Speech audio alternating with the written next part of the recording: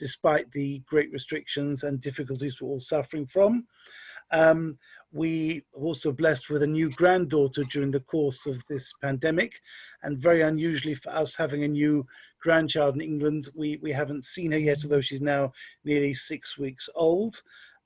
It's also difficult in a way with the local children, grandchildren, the toddler grandchildren can't understand why suddenly Buba and Zaidi aren't giving them hugs and picking them up, etc., and playing with them. All of these are difficulties, but we're equally immensely grateful. Both Judy and I suffered quite early on with that, which we're pretty sure was the virus, though we didn't manage to get tested. But considering what we've been through vicariously with others and seeing go in the world around us, we feel a sense of gratitude and appreciation for that which we have, both in terms of our immediate family and our extended family as far as the Kehillah and the community of Hendon is concerned. Thank you. Rabbi Roselaar, over to you. Thank you. And I would normally start off by saying Bishut Mara Da'atra, that I'm not sure if in a virtual sense that we can say that Rabbi Ginsbury is the Mara Da'atra of Zoom, but nevertheless, certainly grateful to him and to Rabbi Portnoy for putting together this project and this program, and for inviting Kilat Alei Zion to be part of it. And it's really wonderful, as Rabbi Ginsbury said, to work together with the other Hendon United Synagogue communities. And Be'ezrat Hashem, I hope this is something that we'll take with us going forward. In terms of my own sense of how the pandemic has affected me, I have to say that, Baruch Hashem, I have a very much a sense of, having survived it well and realizing how lucky and blessed that I am. I've seen many people have suffered in various ways, various people at different stages of life that are finding it, harder and more difficult. That's certainly for older people. I know it's been very, very limiting and very restricting. I also know for people with very young children that it's been, quite a big challenge as well to juggle everything. So Baruch Hashem, I guess I'm in that the few years in between having young children and getting older, and we've had it quite easy.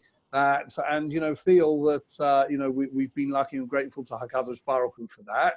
Right at the beginning of the lockdown, our daughter got married, and the wedding wasn't quite as had been planned initially. That's a lot of last-minute cancellations, and the week of Sheva Brachot was cancelled as well. And we haven't yet had a chance to have a meal together with the young couple. But having said that, made me realise that, in actual fact, smachot don't necessarily need to be as with as many people as has become the practice in recent years, and also realise that, traditionally people, in the past in difficult situations have had it a lot worse than we have, and we need to be careful, I think, about how we formulate and express our experiences of this pandemic. But yes, it's been hard for us, but Baruch Hashem, we live in an era where we have Zoom, where we have telephones, where we have the internet. We can be well connected with other people. We live in a relatively, a very affluent society, and we need to be grateful, for what we have, rather than complaining that you can't get quite the type of sesame oil that you want from Waitrose delivery on the day that you want it. And I think it's about seeing things in perspective. Thank you, Rabbi Roselaar. Very wise words. And Rabbi Joel, finally to yourself. Thank you, Rabbi Portnoy and Bishut Rabbanim. For those that don't know me, we arrived in England just under 2 years ago on Shlichut from Israel. And I've been in Magen Avot less than a year. And I think going back a year ago, if you'd asked me, I was asked when I joined Magen Avot what I thought would be the biggest challenges, what was I anticipating, what were the challenges we would face as a community, as UK Jewry. I think not in my wildest imagination would I have said to you, well, there'll be a global pandemic that's going to close down all our shuls. So it's been interesting, it's been a challenge. I think in the initial weeks, there was something almost exciting about, being at home for Shabbat and, just being at home with the family. And I remember the first week, the first Shabbat, so our kids had the children's service at home that we did, and I finished davening, and my son Jonathan got up to make the announcements at the end of shul and told us he was sponsoring the Kiddush, which meant that he could go into the kitchen and take whatever sweets he wanted for the whole Shabbat. So that was quite exciting for him. That didn't last so long to that extent. But also another point, as I mentioned, we're here from Israel, and it's we always know that whenever we want, we can get on a plane, we can go back and visit and go back, and just seeing the borders closing as well, and this whole idea that we're not sure when we can next go back, whether it's just to visit, just for a holiday, something quite eye-opening about that as well. Thank you, Rabbi Kenigsberg, for that. Having almost all of my family living in Israel, I can really identify and connect with that sentiment right now. So as we mentioned, the questions will be answered by only two of our Rabbanim, just for the purposes of time. The first question I'd like to ask Rabbi Roselaar and Rabbi Ginsbury, firstly Rabbi Roselaar and then Rabbi Ginsbury.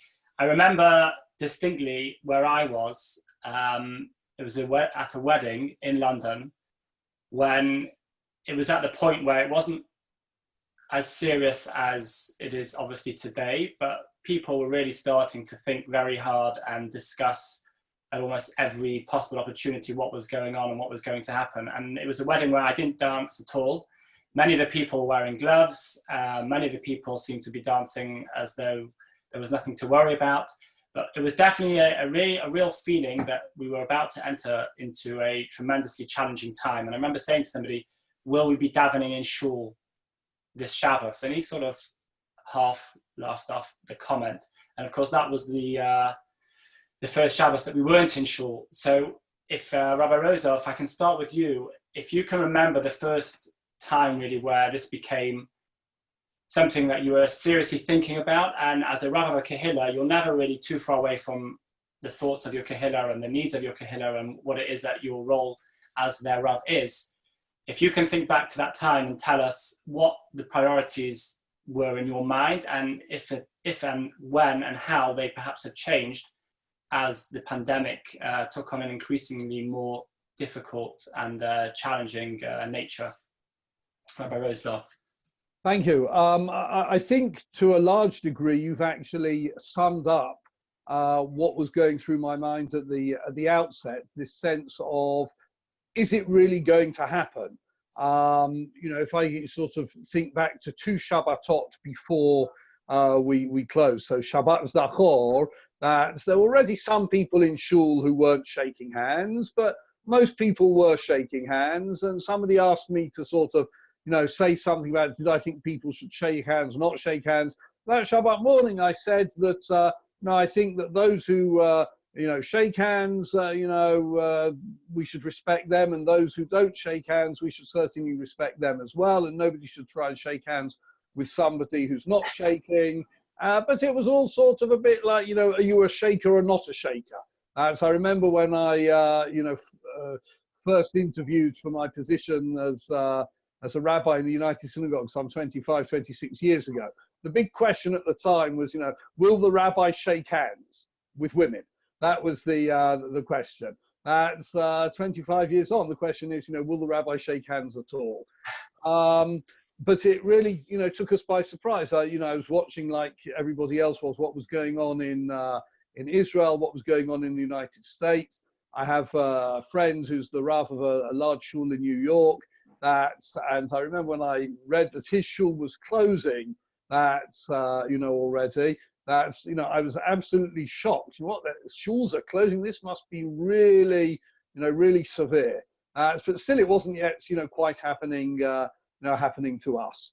And I think the biggest change that, sort of priorities were, this is going to be, short-term challenge. Let's keep things going as much as we can as they are, and replicate things virtually if necessary, because soon we'll be back, and we're quite safe where we are. There was that sense, certainly in my shul, we're overwhelmingly a young and healthy community. And we thought, that's okay. We just need to be careful and sensible. I guess the changes happened when, number one, I realized, as we all did, this wasn't going to be a 4-week absence from shul. This was going to be a 3 or 4 month absence from shul, and that everything was going to be rather different. And on top of that, when we started seeing people close to us that's becoming, in some instances, extremely ill. And, that was very, very frightening and very, very worrying. These were people who, we were close to, people we saw regularly. And that was, that was really challenging in that sense. But I think it was this sort of, change of attitude from, is it going to happen, so isn't it going to happen, and how long it's going to go on for. I think the first shul in the United Synagogue to be affected, I think, was St. John's Wood. That's Rabbi Golka contracted the virus, but I think it had closed already because somebody else from the shul had contracted it. And I remember speaking to Diane Binstock that's when it was announced that he was going to be self-isolating for 2 weeks. And I said to him, "Oh, come Pesach, you'll be the most relaxed man in the world. You've got 2 weeks now to prepare your Shabbat HaGadol drosha. By the time Pesach comes, you'll be feeling so relaxed that we both laughed at it." And I don't think any rabbis felt under more pressure than we have done over the past 2.5 months. And those are sort of the changes that I've identified. Thank you. Rabbi Ginsbury, if I can ask you to bear with me. Thank you. Just need to unmute there. Yeah. So first of all, I'm immensely grateful for the partnerships, not just between our communities, but within our community, both with you, Rabbi Portnoy, and also with our senior management team. And very early on, our chair, Johnny Goldberg, and myself identified 3 critical priorities, which I think have served us well all the way through. Number 1, keeping people safe, the pikuach nefesh element, realizing how serious this was. And I think I was in shock for the first few days because it happened so quickly. I remember we sat in shul on Sunday, the 22nd of March, talking about how we were going to keep things going for as long as possible, and with social distancing, etc. By Monday, the 23rd, the chief rabbi had already announced that shuls were going to have to close, and Judy and I were already self-isolating at that particular point on the Monday. So it was incredibly quick, the changeover. But keeping people safe, priority number 1. Number 2, keeping the kehillah as close as we could. And it took us a little time to get up our online provision and virtual programming, but we were determined to keep those bonds of kehillah, whether it was looking at our senior members and trying to ensure that through our buddy system, they would be well cared for and looked after to the best of our ability, working with the United States centrally on the Seder Plate project, on the Shabbos boxes and the essentials boxes, weekly keeping in contact with people, keeping their kehillah close. And number 3, we made a commitment which we remain committed to open as soon as we safely can once again. And with the guidelines which have literally just come out in the last 24 hours, we may talk about this a little bit later on, we are already going to be meeting this week in the next day or two to talk about the earlier stages of mapping out the many, many things we need to do to be able to reopen safely, appropriately.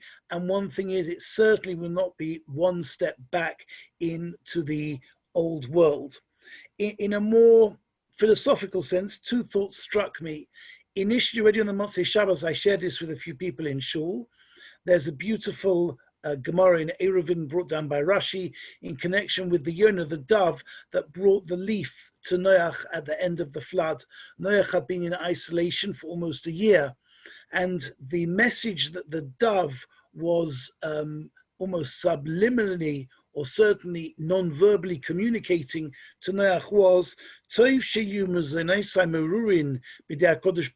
better that my sustenance should be bitter in the hands of HaKadosh Baruch Hu, than sweet like honey in the hands of a human being. I felt very much from the outset, one of the things that also shocked me about this pandemic was how scared the doctors were of it, both in terms of contact with anybody who they felt may be suffering from the contagion, and also just in terms of what it actually means and what tools we have at our hand to deal with it, other than the quite blunt tools of either isolating or scrabbling around, please God, for some form of vaccine, etc. So this is something which is biyad HaKadosh Baruch Hu, in the hands of the Almighty, and therefore to strengthen ourselves in prayer, to fortify ourselves spiritually, religiously, each one for themselves, and remembering that which Rabbi Twersky says, if you want to achieve something spiritually, remember it's far more important to look after everybody else's material needs and address your own spiritual needs rather than vice versa. And secondly, something from Rabbi Sachs I've often quoted, which I found really inspirational. After his struggle with the emissary, heavenly emissary of Esau, the next morning, when the angel wants to go, so Yaakov says, I won't send you away unless you bless me. Says Rabbi Sachs, never depart from even the darkest and most difficult of experiences in life without extracting a blessing from it. And that to me is also an imperative of what we're going through. Somehow or another, there is so much darkness, so much pain, so much difficulty in this situation, but collectively we daren't walk away from it without extracting its blessing. Perhaps we can come back to some of these themes later on, and I'll leave it for that at the moment. Thank you. Thank you, Rabbi Ginsbury. I think both Rabbi Ginsbury and Rabbi Roselaar perhaps touched on the next question, but I think it's quite a community-specific question, and I'd like to ask Rabbi Kenigsberg and Rabbi Roselaar. Anyone who's been in a rabbinate will know that in some ways every kehillah, every community is different, and yet there are so many things which are common or connect communities and can be felt in whichever community one happens to find oneself. So the question is, what have been the key areas in terms of your own kehillah management that has been your focus? For example, in Rally Close, we have quite a wide range of members, and therefore there's been a big drive in terms of the social care. I know Rabbi Kenigsberg, your shul, Magen Avot, primarily is there on Shabbos and Yom Tov as opposed to during the week.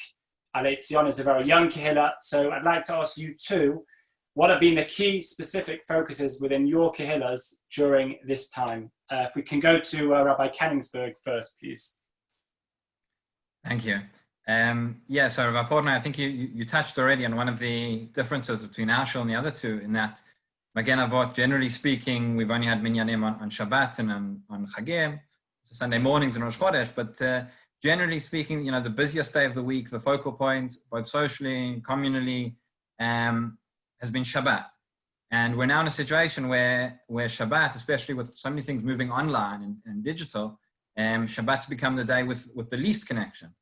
So essentially the question was, in a sense, how do we take a Shabbat minyan and run it every day of the week except for Shabbat? And I think the answer, Baruch Hashem, is that we're not a Shabbat minyan. We're a community, and it's so much more than that. And we've really seen that. And I have to say, I take my hat off to each and every one of the the members of our community, both in terms of those who have official roles, those who have non-official roles, those who've been volunteering. Everybody has stepped up and has really been amazing in terms of creating the sense of community and making sure to keep it going. So I think, in terms of our management, I think the 4 points that I would make, 4 quick points. I think the first one, and this was probably the most essential and the most urgent, was to make sure that we had a point of contact for everybody. You're not going to see anybody at the Kiddush anymore. You're not going to meet up in shul. You're not going to have joint meals. But we had to make sure that everybody was still in touch, that there was a way that people were being called and people were being looked after, so that nobody got left out and nobody got left behind, particularly when people might be vulnerable. And then again, having volunteers and making sure that everybody's needs are taken care of. Number two, I think also not having Shabbat, means you don't have a pulpit. And in terms of a way to communicate to the community and to share ideas, to share Divrei Torah, to give messages of encouragement, which are so needed, particularly in those early days. So we created a WhatsApp group that was we called it the virtual pulpit. And through that and through other technologies, through the WhatsApp, through the Facebook, through all these mediums, we've managed to keep that communication going. The third thing I'd point at is we tried as much as possible, still trying as much as possible, to stay together at home, to keep a sense of structure, even if we're not coming into shul, but to give people the feeling that in their homes, they're still part of the community, that we're still doing something together. The first week when shul was closed, before we put out the newsletter, if anybody's seen, so the Magen Avot newsletter has these clocks at the top, sort of a bit of a trademark, with the times of davening.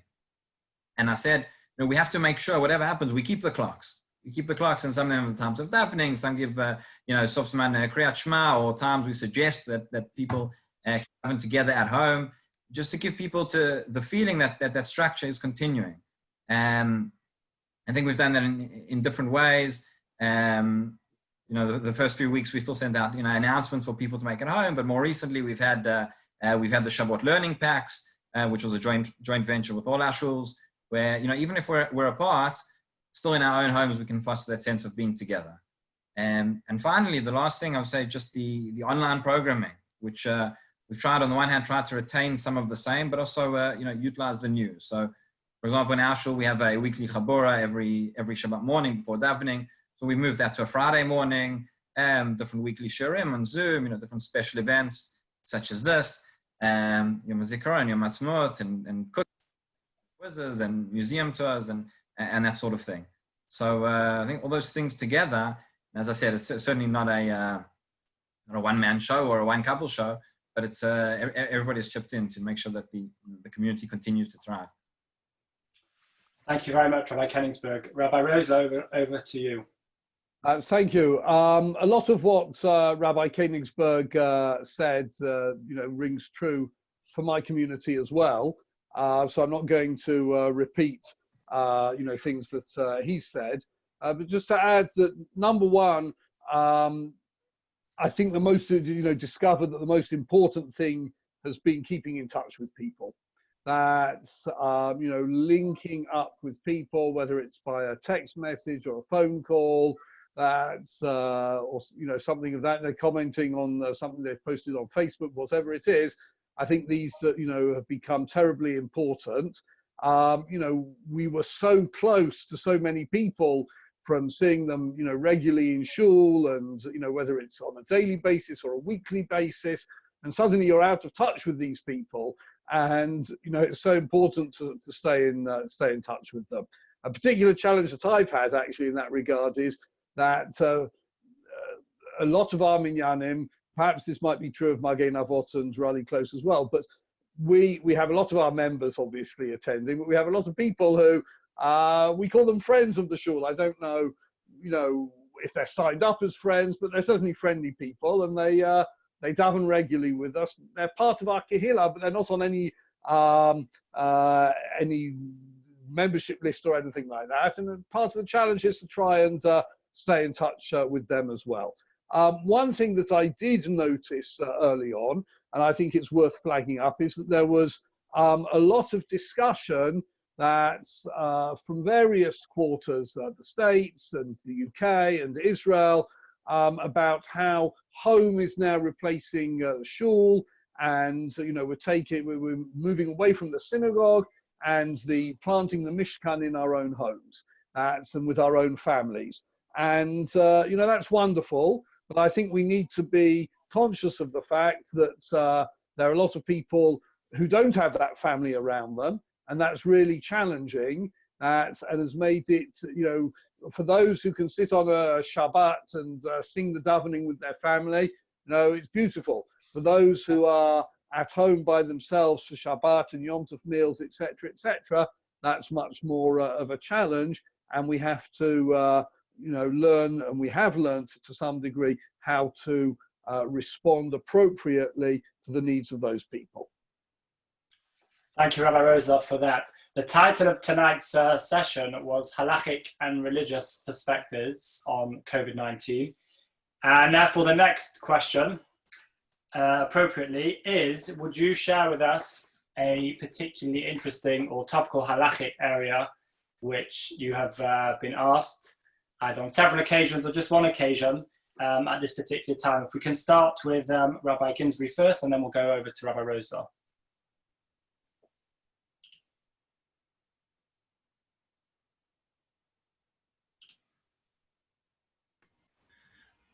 Thank you. I'm going to focus on something which is really perhaps a little bit of a micro rather than macro point, just because it's got some very interesting knock-on implications in understanding what we've been trying to do as a community and understanding the context of the time in which we're living. Michael Kay, who is the chair of our Hendon Community Cares operation overall, has done some remarkable work, both personally and also in terms of managing and overseeing our cares provision across the community. And he has over 110 people on a daily email list that he sends out to sort of words of encouragement, something, little puzzles, little bit of information, and some music. And he asked me about the question of sending out music during that part of the sphere where we, our minhag would be not to listen to music. And I thought about the question, and I want to share with you, first of all, two perspectives, or two historical instances which lend some perspectives to this question. In 1492, when the Jewish people were exiled from Spain, that exile actually started on Tisha B'Av. Don Yitzchak Abarbanel, who was a financier of the Isabel and Ferdinand, actually was asked to stay behind and remain as a royal advisor. He refused and left with the Jewish community. He was an outstanding scholar, organizer, and financial genius. He led the Jewish people out into their exile whilst live music was played on Tisha B'Av in order to encourage the spirits of people who must have been in just a most dreadful situation. A second example, slightly different context, not related to music specifically, but was Rabbi Yisrael Salanter in 1848 during the cholera epidemic, which lasted from 1829 to 1852. So again, a little bit of perspective where we find ourselves at the moment. If you want to read more about this, have a look at, there's a download.yutorah.org, a fascinating paper written by someone called Ira Taub on the Rabbi who ate on Yom Kippur. And Rabbi Yisrael Salanter apparently, and somewhat controversially, got up on the bimah on Yom Kippur and himself ate and encouraged the community to do likewise because of the Pikuach Nefesh. So you may think that listening to music during the Omer pales into insignificance in terms of those two examples I've cited for you. But a modern-day Pesach decisive, very eminent in Israel, Rabbi Osher Weiss, released a fascinating teshuvah on this very question. And he said that sometimes at times of sakana, of danger, particularly where music is something that can lift a person's spirits, can help them through times of sadness and difficulty, it may seem obvious to say, yeah, this is a relatively minor restriction in the big picture of Shulchan Aruch, etc., and we can relax it. On the other hand, says Rabbi Weiss, we need to think about the fact that at a time of difficulty, we want to muster as much spiritual credit as we possibly can. And maybe therefore going that extra mile, dafka on something which isn't such an important principle, may be worthwhile. He concludes that where a person has a particular need, a particular requirement to hear music, and they're really worried that it may fall into almost some form of depression without it, then one can certainly permit this even during the part of the Omer where music would normally not be heard. However, he says that where one is able to that doesn't feel one needs that to such an extent, then one should be able to maintain and show a certain degree of mesirus nefesh, of resolve, even on something perhaps we might call it as relatively minor as listening to music during the Omer. One final point, how do we resolve it? I said to Michael, please send out in my name a guidance to the community as follows. It's now the time in the Omer when we wouldn't normally listen to music. If you feel that you need a little bit of a break to lift your spirits and you want to listen to this musical interlude which follows, please feel free, with Rabbi Ginsbury's agreement, to do so. If, however, you are able to pass over this opportunity and move forwards without the encouragement of music, then please just fast forward to 5 or 6 minutes and continue enjoying the rest of our program.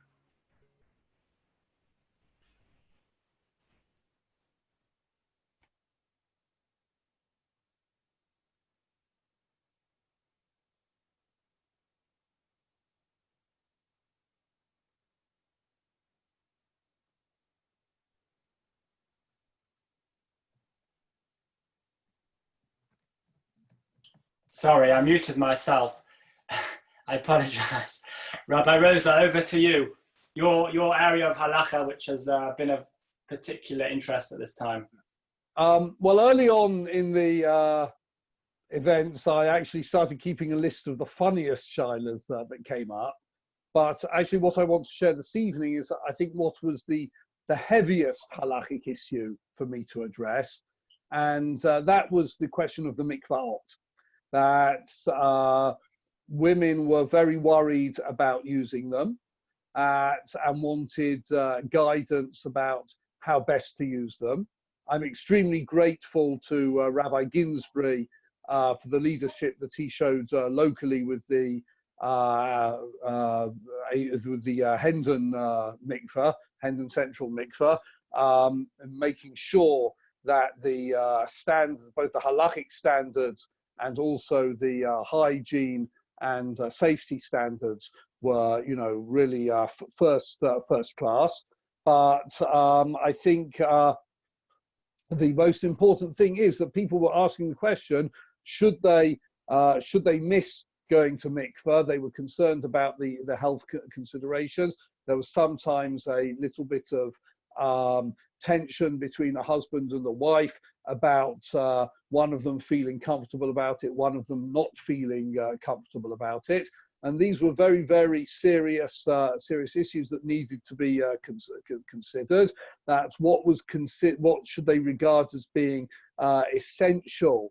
That's business outside of the house. That's an observation that I made to one couple discussing it, was that the government guidelines did allow for off licenses to be open at this point in time. That was regarded as something that was essential for the for the population. That off licenses aren't that important to me, and they're not that important to the couple that I was speaking to. That's Taharat HaMishpacha was a much more important consideration. I didn't tell them they should go, and I didn't tell them they shouldn't go. What I tried to do was guide them with regard to the questions that they needed to be addressing as a couple, and what the halachic responses were to each of those questions.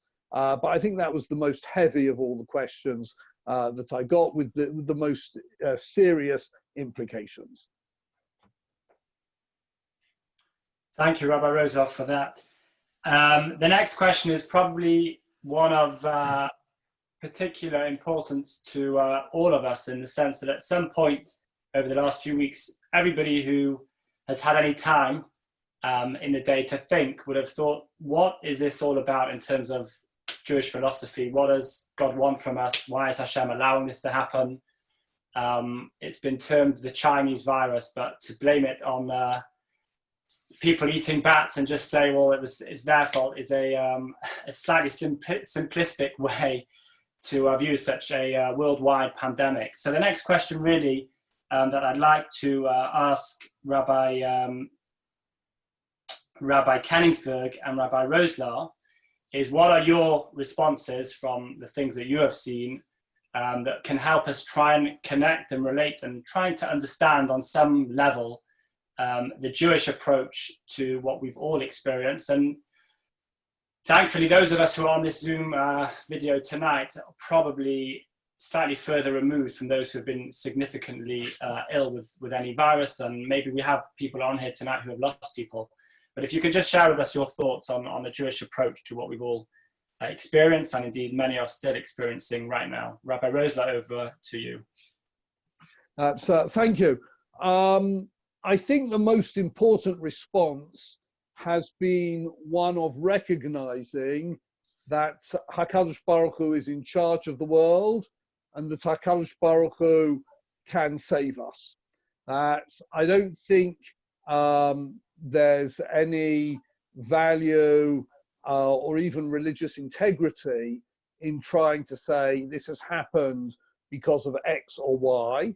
And on the contrary, I think people who have put their fingers on the reason why this has happened are both naive and irresponsible, and also a little bit foolish in trying to do so and trying to assume the mantle of a Navi when nobody in this generation has that mantle of a Navi.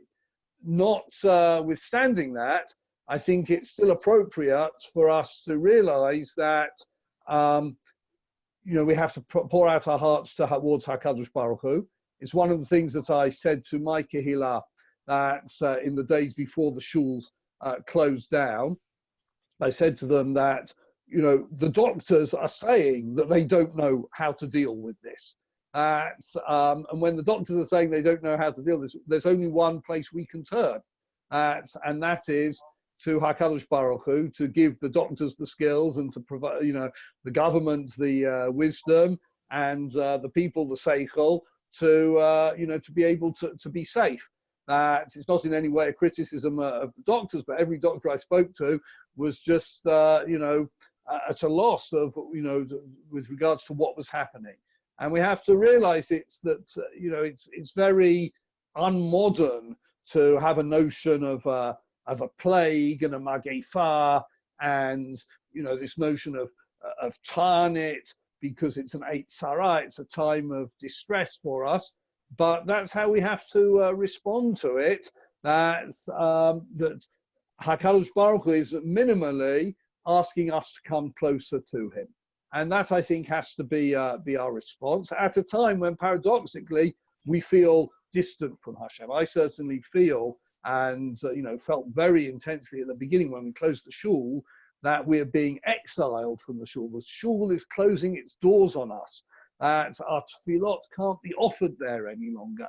That was a very painful experience for me. And yet, I think the overarching message is that we have to turn to Hashem, even at a time when the doors seem closed. Why it's happened, we can't say. And we don't even need to be able to say. None of us are perfect, and we can all look for ways to improve our lives without having to say that the finger is pointing at X, Y, or Z. And we have to look for those opportunities to improve our lives so that we should be more favored by Hashem and that he should come and save us. Thank you, Rabbi Roselaar. Over to you, Rabbi Kenigsberg. Thank you.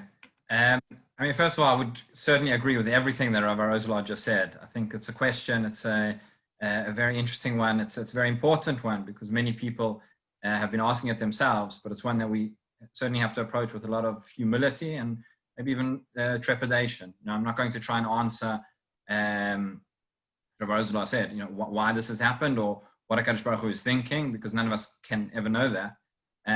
But what can we learn from it? And I'll just say there's, for those who follow Israeli music, so there's a singer, Yishai Riba. He's a religious Israeli singer, and he composed a song a few weeks ago, quite near the start of this. And the refrain in that song is, Mata otzeh shenavin mizeh. What do you want us to understand from this? And a number of weeks ago, there was a conversation between Yishai Riba, the singer, and Rabbi Lord Sachs. And Rabbi Sachs made the point. He said, you can ask that question because you're a singer. You can ask it in song. But we can't come along and say it and give an answer. Nonetheless, I think 2 points maybe to try and dwell on. The first is number of weeks as well, I gave a shir in the Tzubam Rabbanan series. There was a special edition that was put out about pandemics in halakha and the history of pandemics in halakha and what the response is. And it was striking for me that as much as unprecedented has become the buzzword in recent weeks, if you look over the course of history, it's not unprecedented that there should be an epidemic, that there should be a pandemic of this kind of nature. Rabbi Ginsbury mentioned the cholera epidemics beforehand. And you go through the sources, you see the Gemara in Bava Kama talks about it, the Maharil talks about it, the Maharsha, the Rishonim, the Achronim, the Ramah of Moshe Isserles wrote a book when he was forced to flee Krakow because of an epidemic.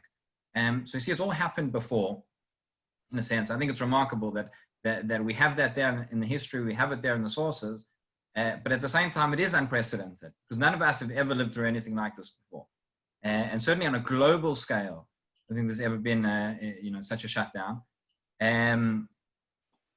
So on the one hand, it is unprecedented. On the other hand, it's happened before. And that's, again, reinforcing to us how maybe we thought that we're in a time of, medical and technological prowess. We certainly are. Maybe we thought that we could do everything. We aren't like those previous generations that had these kind of situations. And yet we found ourselves squarely in the same position and maybe worse.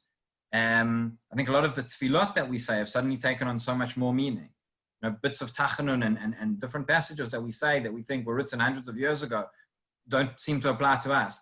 One of the first days after Shul's Bashat, when I was davening, I said tachanun, I said the words, Aser mimenu makata magefa, take the plague away from us. And it just struck me how, wow, this is speaking right here and now. So that's the first point. The second point I would say as well is just, this has really underscored the centrality of pikuach nefesh, I think, for all of us.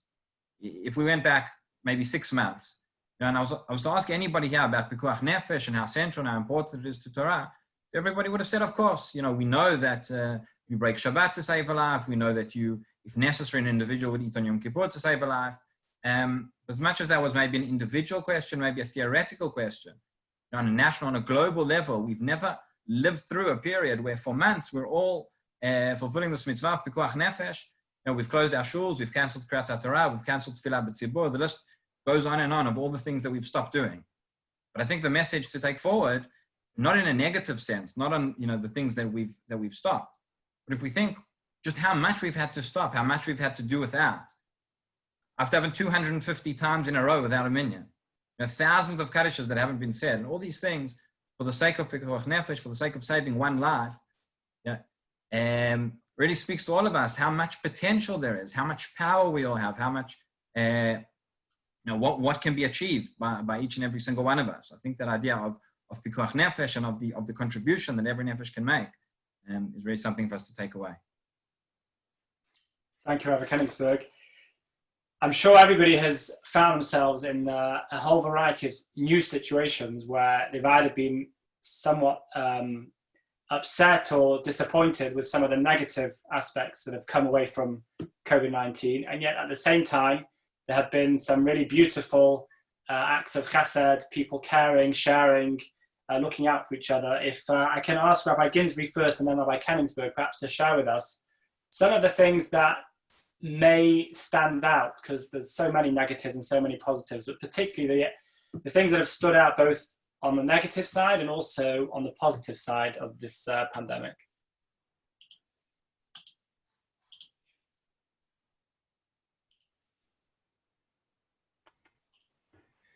Okay, thank you very much. One of the real challenges, I would say, has been to support patients and their families through painful experience, end of life remotely. That's been a really new experience, and to be able to do that, sort of speaking to someone on the phone, knowing that he's going to visit his father and need to say vidui with him, and then copying a text of vidui and scanning it over the phone, very difficult.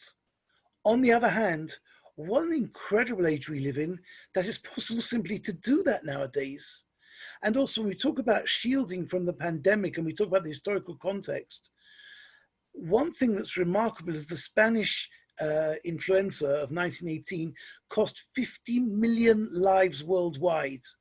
It's quite possible that if we didn't have the technology of communication today, never mind the way that Zoom and YouTube and various other live streaming facilities are supporting us in terms of communication, just in shielding the fact that, horrendous though tens of thousands of deaths are, it could so easily, chas v'sholem, be hundreds of thousands and more still if one looks back in historical context.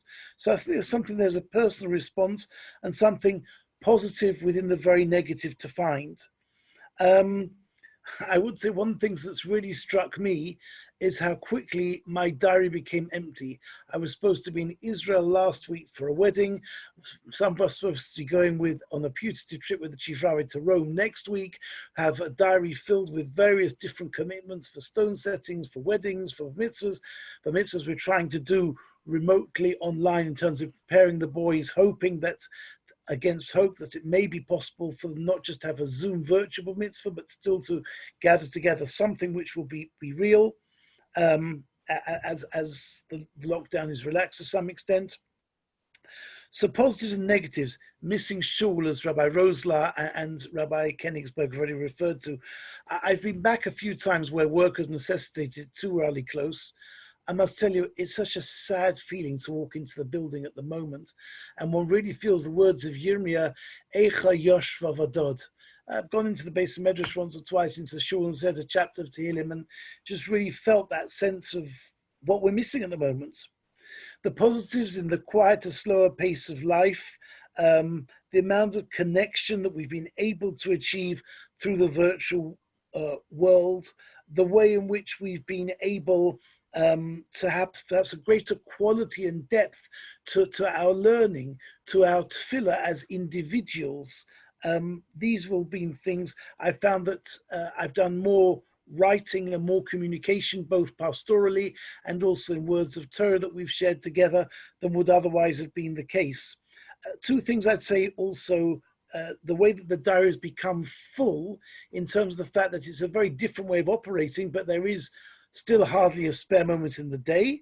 And just something I advise everybody, find a way to take appropriate exercise. I've been trying 3 times a week religiously, borrowed sense here, to go out for an early morning walk. I mean early morning, 5:30 calls to 6, for at least an hour to try and get 10,000 steps in on the counter, etc. And just to make sure that one's looking after oneself, both emotionally and physically, particularly being blessed. And if you talk about a tangential positive that was totally unpredictable, particularly in England, it's probably been the quality of the weather during the course of these past 2.5 months. Take advantage of it. There are beautiful places that we can go to walk, whether it's going up to the Heath, whether it's going around Finchley. If you're able to do so, take advantage of that and make a positive of that particular element with fresh air around us under the current circumstances as well. Thank you, Rabbi Ginsbury. Rabbi Kenigsberg, over to you. Yeah, I think just in terms of things that have been somewhat surprising, when all of this began, one of the things that many people were talking about was time. Ginsbury alluded to it already, but many people said all of a sudden we have so much time. We'll be at home all day. We're not rushing off to work. We're not rushing off to shul. We're not rushing off from shul. And you had all of these programs opening up, which have continued to flourish. So many opportunities for learning, an incredible amount of opportunities and things and ways to fill up the time that we suddenly had. And maybe for some people, that's been the reality. I think for many of us, we found very quickly, and I think this was quite surprising, that we don't actually have that time. Some people maybe have been working from home. Some people have been homeschooling or have had kids at home. Even people who've been by themselves, some people have said, you don't find the time, you don't have the routine that you normally do. And, before you know it, the day's gone. So I think for many, it's actually been a surprise how little time there actually has been to get everything done. And maybe this is exactly what Chazal meant, in Pirkei Avot, the 2nd chapter. Chazal tells us, no person should never say, when I've got time, that's when I'll sit down and learn, because maybe you'll never have time. Maybe in the time when, all of a sudden there's meant to be time, you'll find that you're busier than ever. And so I think, it's certainly been the case. just one positive in terms of surprising is also just to see, how much people have been able to connect, how people have come together, how that sense of community really I feel has been retained and even strengthened. Some things which we couldn't have done if we were in physical proximity. We've had guest speakers from Yerushalayim, from New York, from all over the world. People have mentioned how somebody told me yesterday how he had been at a wedding in Israel, sitting in London. So in a certain sense, we have been able to connect. And I think we've really seen the good in people, volunteering and stepping up, and particularly amongst the community, how people have given their all to help others. So that's been maybe surprising how we've managed to stay together, but certainly been a positive. Thank you, Rabbi Kenigsberg. We are creeping ever quickly to 9:30. The final question, really, as I'm sure many of you would have seen the article read in the Jewish Chronicle today, discussing whether shofar will be blown outdoors or not. And Rabbi Ginsbury alluded to the 12-page manifesto of the United Synagogue. I'm sure there'll be many more of those coming out in the next few weeks. But what are your thoughts? This is directed to Rabbi Ginsbury and Rabbi Kenigsberg again. Based on the most recent information from the United Synagogue, where do you think we are heading in terms of getting back into shul and how that will take place? This is a very difficult question to answer. But from the guidance that was just released by the US today, where do you think we are? Rabbi Ginsbury, we'll go to you, and then Rabbi Kenigsberg.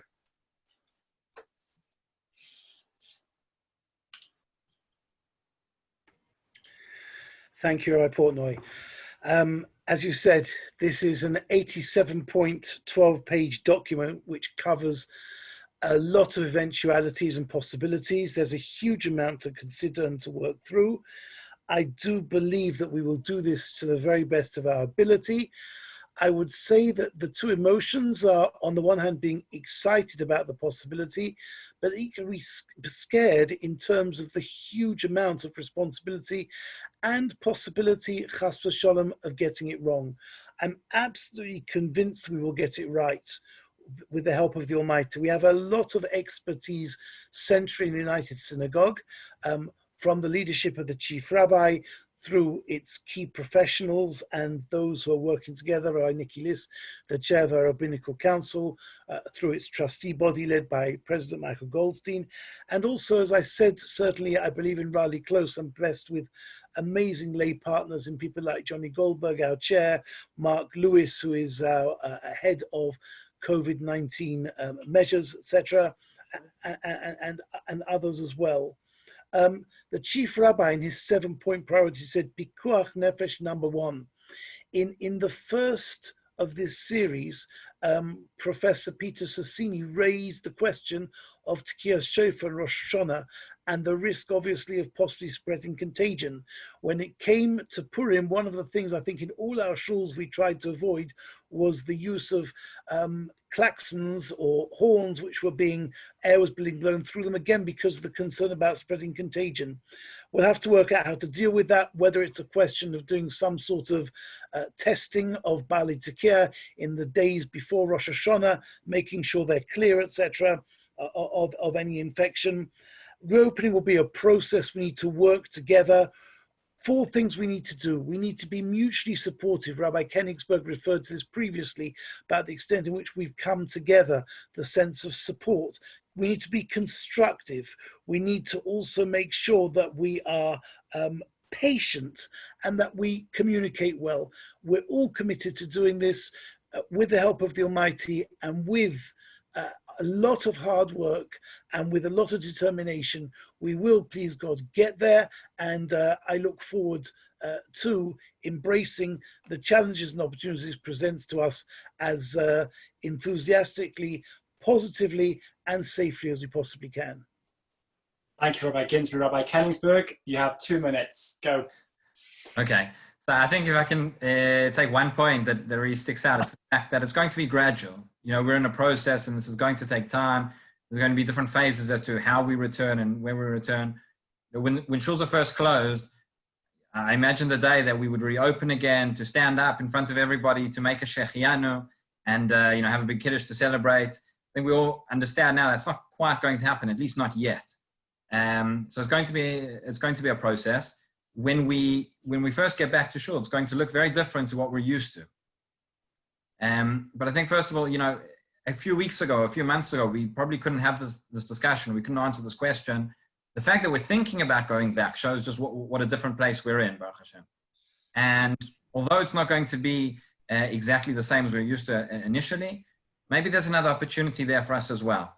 We're coming back into our Beit Knesset, back to our Beit Tfilah, without any of the externalities. We're not going to have the Chazan, we're not going to have the Drasha, we're not going to have the Kiddush.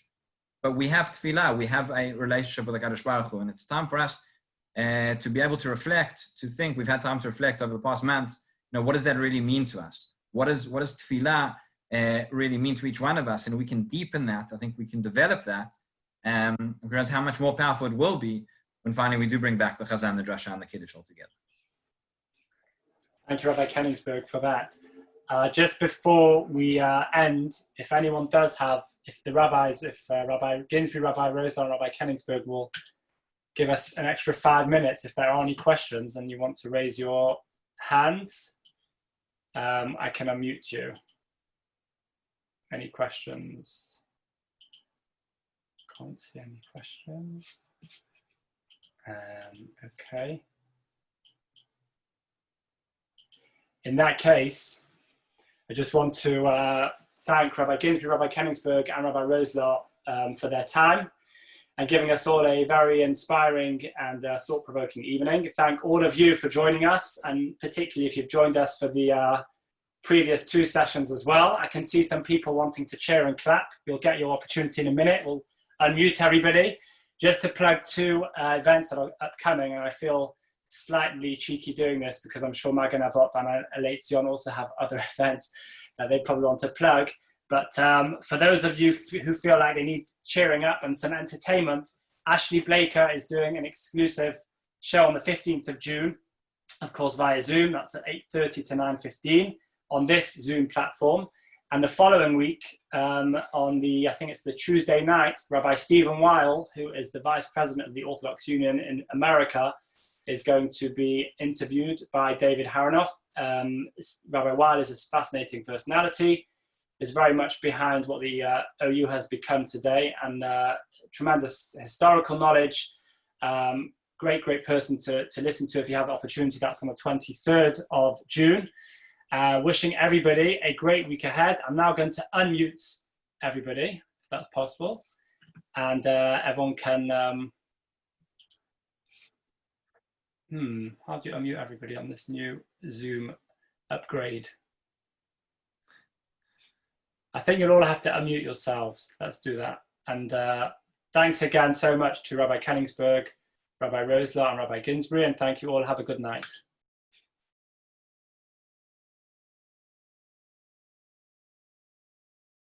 Can't unmute everybody.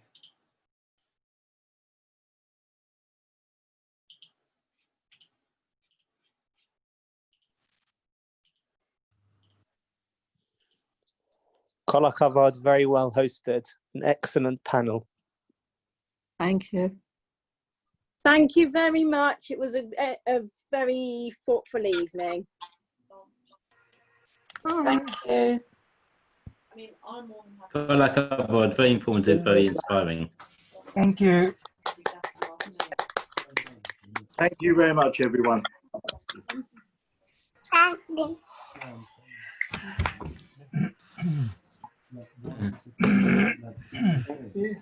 And I'll do something for my black. There's no reason why you need to like should be totally